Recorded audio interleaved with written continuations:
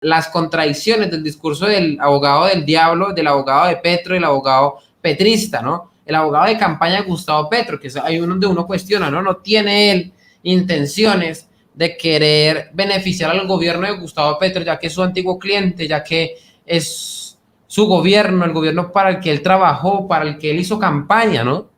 En lugar de buscar el beneficio del coronel al que supuestamente iba a representar. Ya vamos a ver más adelante porque él se adjudica de que supuestamente el coronel, y aquí lo dice también Cambio, ¿no? Supuestamente el coronel se acercó a él para querer que él lo representara, ¿no? El abogado del diablo. Y le pide una cita que se concretó el jueves 8 de junio a las 2 de la tarde en el restaurante Maki del Hotel La Fontana, en el norte de Bogotá. La reunión duró poco más de 1 hora y media. El abogado del Río, consultado por Cambio, recuerda que el coronel estaba muy agitado y ansioso. Le dijo que la fiscalía lo tenía en la mira, y de acuerdo con la versión del abogado le aseguró que Juan Carlos Pinzón, jefe del grupo del CTI que adelantó la diligencia, lo había asustado diciéndole que la fiscalía iba por todo y que esa investigación no se detendría hasta que corriera sangre, ¿no? De todas maneras, eso lo dijo a través de su cuenta de Twitter el abogado del diablo Miguel Ángel del Río. Los hechos muestran que el coronel Dávila estaba nervioso aún antes de esa inspección. La víspera de esa diligencia había radicado en la fiscalía una carta en donde anunciaba su absoluta disponibilidad para presentarse ante el despacho que se me identifica a fin de rendir entrevista con ocasión de los hechos de público conocimiento que involucran a los altos funcionarios de la Presidencia de la República. La carta está redactada en el lenguaje jurídico. Bueno, esa carta ya ustedes ya la he leído en el directo pasado, ¿no? La carta fue escrita en papel oficial de la Presidencia de la República y fechada el 2 de junio, aunque solo fue radicada el 5. El coronel le pidió al abogado del Río que lo representara. Escuchen esto. En un eventual caso en su contra, y el jurista le respondió que estaba dispuesto a defenderlo, pero que, de acuerdo con su punto de vista, la posibilidad de que lo vincularan seguía siendo remota. Le dijo, además, que si surgía una acusación debería ser estudiada prioritariamente por la justicia penal militar como un acto del servicio y que eso lo sacaría de la órbita de la fiscalía. De todas maneras, acordaron verse el sábado 10 de junio a las 10 de la mañana para firmar el poder de representación. Del Río pensó que lo había tranquilizado, pero la mañana del viernes sus compañeros de trabajo en la presidencia vieron que seguía ansioso. Nadie sabrá jamás qué quiso decirle a la periodista Silvia Charria, quien llamó minutos antes de quitarse la vida. Importante esto, ¿no? O sea, que él le devuelve la llamada. La pregunta es, ¿por qué le devuelve la llamada a la periodista Silvia, la cual lastimosamente, señores, lastimosamente no le pudo contestar? Pero así son los designios de mi Dios. Así son los designios de mi Dios. El tema es que, según ellos, se suicidó. Lo que decimos nosotros es que lo suicidaron, ¿no? Bueno, hasta aquí esta primera entrevista que, como le digo, terrorífica. Ahora, veamos, vamos a refutar cada cosa que ha dicho el abogado del diablo Miguel Ángel del Río con respecto a eso. Yo no sé si ustedes alcanzan a ver en pantalla. Voy a ver si me coloco mejor así como en pantalla completa. Aquí está mejor. Antes de continuar con el video, me gustaría comentarle a todos ustedes que en este momento estamos haciendo el lanzamiento de nuestra línea de camisetas antiprogre, que podrán adquirir a un muy buen precio ya que estamos en preventa. Lo podrán hacer a través de la página web www.facherito.com.co o en nuestras redes sociales que también estarán apareciendo en pantalla. Hacemos envíos a todo Colombia. Y ya saben, si quieren marcar diferencia, no solamente por cómo piensan, sino también por cómo visten, no te quedes sin tu camiseta. Cómprala ya. Bueno, aquí un hilo que lo hizo el Ministerio de la Verdad, una cuenta de Twitter en el que se dice lo siguiente, ¿no? Algunas contradicciones del señor Miguel Ángel del Río. Acá el abogado contradice su primera afirmación realizada en el tweet que lanzó solo minutos después de la muerte del coronel, en el que afirmaba que la fiscalía le advirtió al coronel que no se detenían hasta que corriera sangre, insinuando que la fiscalía quería asesinarlo, ¿no? El que dice que supuestamente, fíjese, aquí está el tweet. El día de ayer me reuní con el coronel Dávila, quien me buscó para manifestarme que la fiscalía lo estaban amenazando. Le advirtieron que no se detenían hasta que corriera sangre, ¿no? O sea, es decir, que supuestamente la fiscalía le había dicho que no se iban a detener hasta que corriera sangre. Hoy se quitó la vida con su arma de dotación. Lo de la fiscalía es una persecución infame, ¿no? Bueno, escuchemos este audio. Esta entrevista que le hicieron en W Radio al abogado del diablo. Escuchémoslo. Y que un funcionario de la inspección por parte de la fiscalía lo había amenazado. Y lo había amenazado al advertirle que él sería la primera persona en ser capturada por parte de la Fiscalía General de la Nación.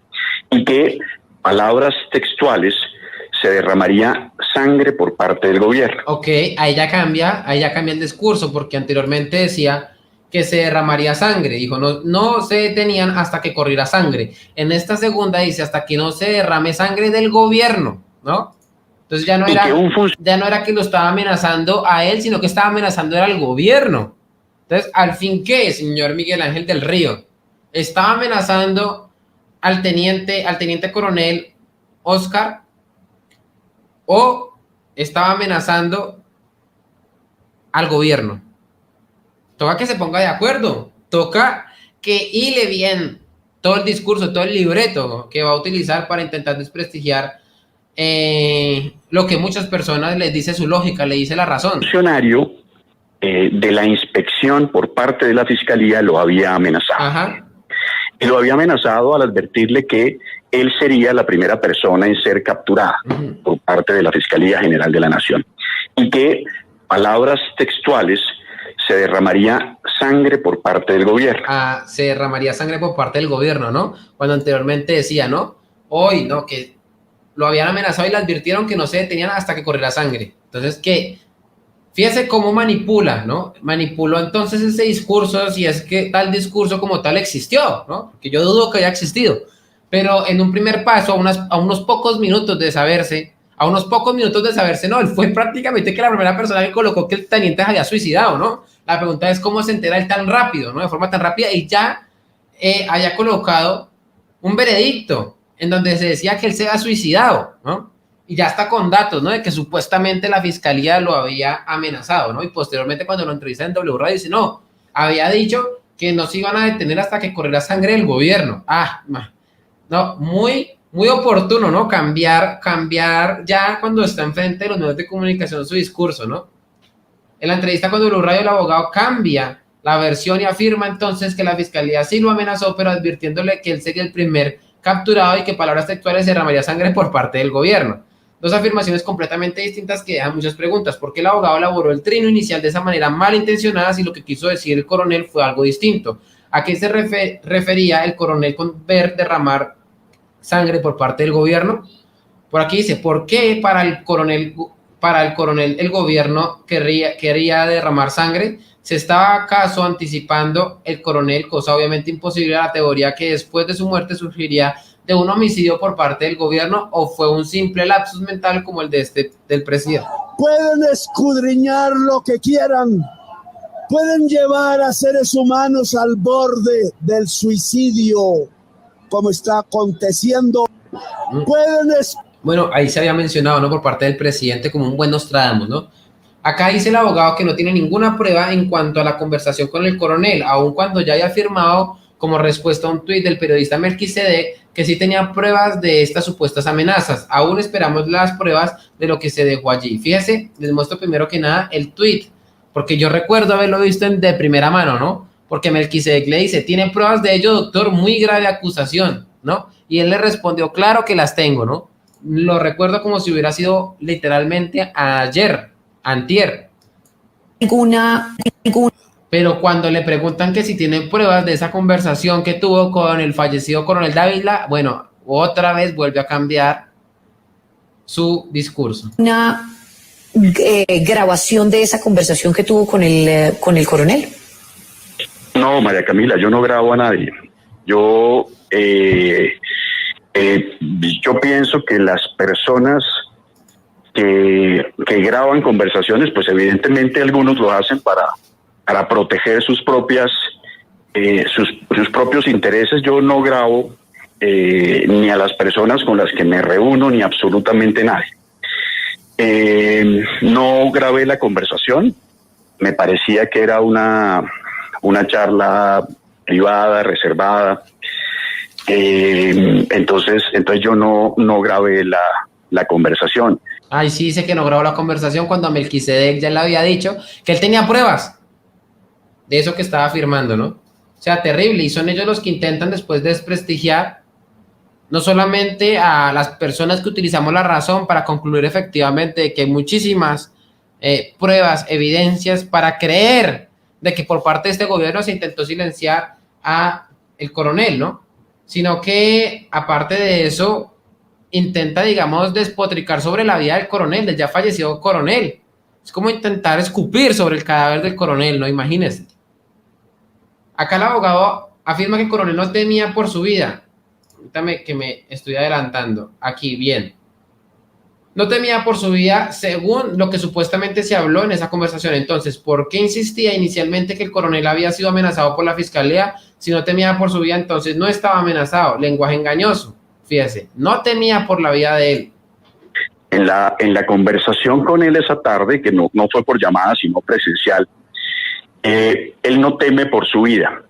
Él teme que sea utilizado por parte de la fiscalía como premio en contra del gobierno nacional y que él no podría soportar que sus hijos y su madre lo vieran en una situación de estas. O sea, él no temía por la vida de él. Ahora, el día de ayer, eso es lo que dice él, ¿no? En ese momento, pero de nuevo vuelve a cambiar su discurso. El día de ayer me reuní con el coronel Dávila, quien me buscó para manifestarme de la fiscalía que lo estaban amenazando. Le advirtieron que no se detenían hasta que corriera sangre, o sea, sí lo estaban amenazando, pero según él no temía por la vida. La afirmación hecha por el abogado en W Radio, en donde afirma que el coronel no teme por su vida, es algo que el mismo coronel contradice en el intercambio que tuvo con la periodista Silvia Charri de estos cambios, donde dice: yo no me puedo pronunciar ante eso. ¿Recuerdan? El que les acabé de mostrar. Justo el que les acabé de mostrar, en el que él decía: donde yo diga algo me acaban. Ah, no, ¿y qué pasó luego? No entiendo. Coronel, le voy a contar un poquito lo que me han dicho algunas fuentes con las que estamos trabajando este texto, para que usted me diga qué tan verdaderas son. Creo que yo no me puedo pronunciar ante eso. Es lo único que yo te puedo decir, porque no... Okay. No, eso sí me da pena contigo, porque, mejor dicho, me acaban. Lo acaban. Y según el señor del Río dice que él no temía por la vida de él. Dios mío, es que definitivamente, ¿a quién le cree uno? ¿A las afirmaciones sin pruebas del abogado del diablo o el propio coronel que había hablado hace unas pocas horas con la periodista de Cambio? Dios mío, es que todo se les coloca al revés. Afortunadamente la verdad está de nuestro favor, señores, así que compartan este directo, dejen su me gusta para que YouTube comparta este video y que cada vez sean más las personas que se enteren de lo que está pasando en este país. Es responsabilidad, es deber de cada uno de nosotros. Hace parte de ser ciudadanos colombianos. Claro. Mejor dicho, me acaban, en donde se evidencia que hay alguien que lo estuvo por lo menos coartando en sus pronunciamientos. Entonces, si según Miguel no era la fiscalía la que amenazaba la vida del coronel, ¿quién o quiénes eran los que querían acabar con el coronel? ¿No? Ya sabían que él no lo estaba amenazando, de que supuestamente la fiscalía no lo estaba amenazando, está diciendo que quería derramar sangre del gobierno, ¿no? Pero el propio coronel dice su propia boca: me acaban, es que me acaban. Ok. Acá, cuando la periodista le pregunta acerca de la supuesta arma abandonada por el escolta con la que el coronel supuestamente se suicidó, el abogado solo atina a decir que él no conoce ninguna particularidad acerca de eso y que no sabe exactamente qué sucedió. Entonces, mire, hoy nuestro numeral es numeral no me cuadra, y a muchos no les cuadra que hubiera un arma en el carro, que de repente el escolta hubiera dejado esa arma dentro del automóvil. ¿Qué dice usted sobre esto? No, de eso sí no tengo ninguna particularidad, María Camila. No sé exactamente qué pudo haber pasado. Mi visión personal era que en ese momento fue lo primero que vio a la mano, y frente a esa situación de desespero lo que hizo fue acudir a ese destino final. No entendería otra alternativa.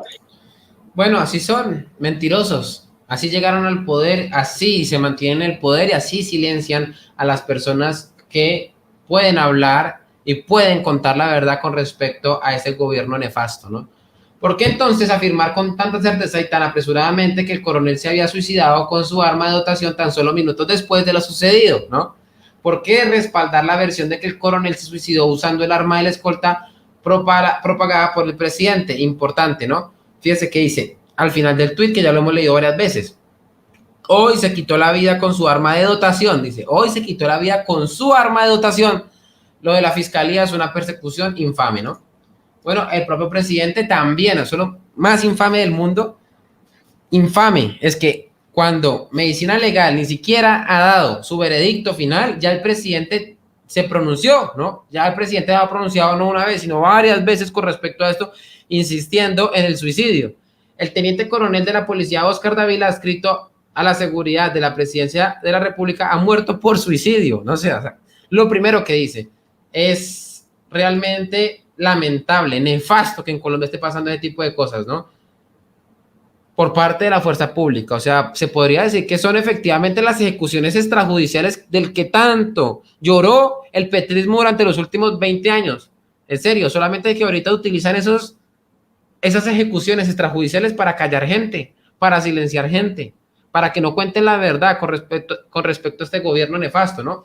Porque incluso asegurar que fue un suicidio tan rápidamente cuando ni se sabía cuál era el arma que había usado, cuál era la prisa en asegurar que era un suicidio si no sabe exactamente lo que sucedió. O sea, se le nota por todas las contradicciones del abogado del diablo que él no sabía, que él no tenía, o sea, tenía un libreto mal hecho. Es que ni siquiera para mentir son buenos, son nefastos, hasta para eso, dan pena, son lamentables, dan tristeza.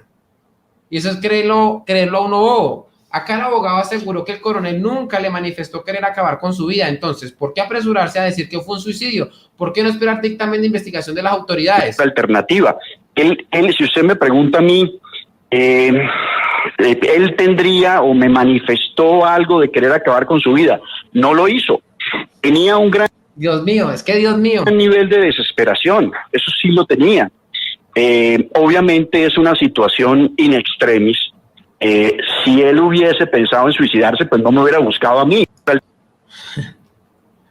Amigo petrista, abre los ojos, despierte de este letargo, despierte de una vez por todas. Si usted no es capaz, con todo esto, de ver en la mentira en la que lo tienen sumergido, en la caverna en la que lo tienen, señor, ¿hasta cuándo va a despertar?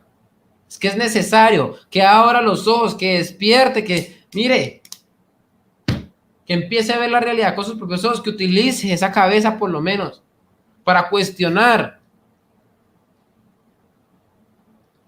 Acá el abogado se contradice. Primero afirma que el coronel envió la solicitud a la fiscalía para ponerse a disposición de esta misma ante la posibilidad de una captura o allanamiento, y luego afirma que el coronel envió la solicitud para evitar la persecución de la fiscalía. Él me contó que había hecho llegar una solicitud a la fiscalía con un propósito. Y el propósito es algo, además, que conocen todos los abogados en este país, y es ante la posibilidad de una captura o de un allanamiento o de alguna situación irregularidad, él lo que hizo fue enviar un documento para que se pusiera a disposición de la fiscalía y la fiscalía no fuera a sorprenderlo con la posibilidad de una captura o de un allanamiento. A mí lo que se me quedó en la mente fue esa llamada que el coronel le hace a la periodista de Cambio Silvia, la cual no tuvo contestación. ¿Para qué lo hizo? Efectivamente, su intención era hablar, comunicarse, porque minutos antes había dicho que no podía pronunciarse con respecto a eso. Si había devuelto la llamada era porque tenía intención de hablar, tenía intención de hacerlo. Ya saben ustedes esta cartica en donde el propio coronel le dice a la fiscalía que está a disposición de hablar. Esa es la explicación que él me da y tiene todo el sentido del mundo, porque entre otras cosas yo le dije si él quería dar una declaración a la fiscalía y él me dijo no tengo ninguna intención. Ese documento lo envío y le devuelve la llamada a Silvia, la periodista de Cambio, ¿no? Increíble, mano. ¿Qué tal, señores? ¿Qué tal que hubiera respondido eso? Hubiera alcanzado a ser el portavoz del señor Óscar Dávila minutos antes de que lo hubieran suicidado, ¿no? Fundamentalmente para que la fiscalía deje de perseguirme. Eso no es cierto que él tenía información importante que aportarle a las autoridades. Eso no es cierto. Bueno, afortunadamente tenemos la prueba de que sí tenía algo que decir, y es la llamada perdida que le dejó a la señora Silvia, a la periodista Silvia, y que el coronel no estaba dispuesto a colaborar con la fiscalía, contradiciendo no solo lo que ya había firmado él mismo, sino también a la carta enviada por el coronel a la fiscalía, donde expresaba explícitamente estar dispuesto a colaborar con las autoridades. Acá el abogado asegura que no grabó conversación con el coronel por un tema de privacidad y respeto. Esto lo dice quien aceptó haber infiltrado la campaña de Fico Gutiérrez durante la última campaña. Recordarán el audio, ¿no? Que no tiene ninguna prueba, que no grabó a nadie, ¿no? Yo pienso que las personas que graban conversaciones, pues evidentemente algunos lo hacen para proteger sus propios intereses. Yo no grabo ni a las personas con las que me reúno, ni absolutamente. Bueno, patético, ya hemos escuchado ese audio. Miguel Ángel del Río, de la campaña de Petro, acepta que habló de infiltración en la campaña de Fico Gutiérrez. O sea, sí lo hace, es una práctica que sí hacen.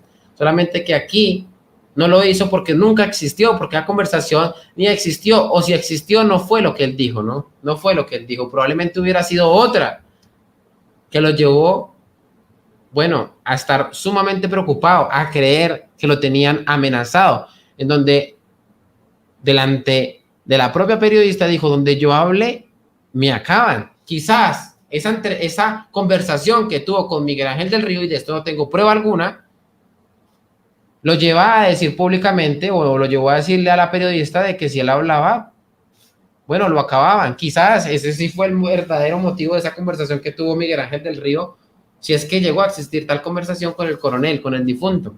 Con estos 3 videos queda claro 3 cosas importantes. Según el abogado, el coronel no temía por su vida. 2, el abogado no sabe qué arma usó el coronel para supuestamente matarse y tampoco sabe qué sucedió exactamente. Y 3, el coronel nunca le manifestó querer suicidarse. Alternativa.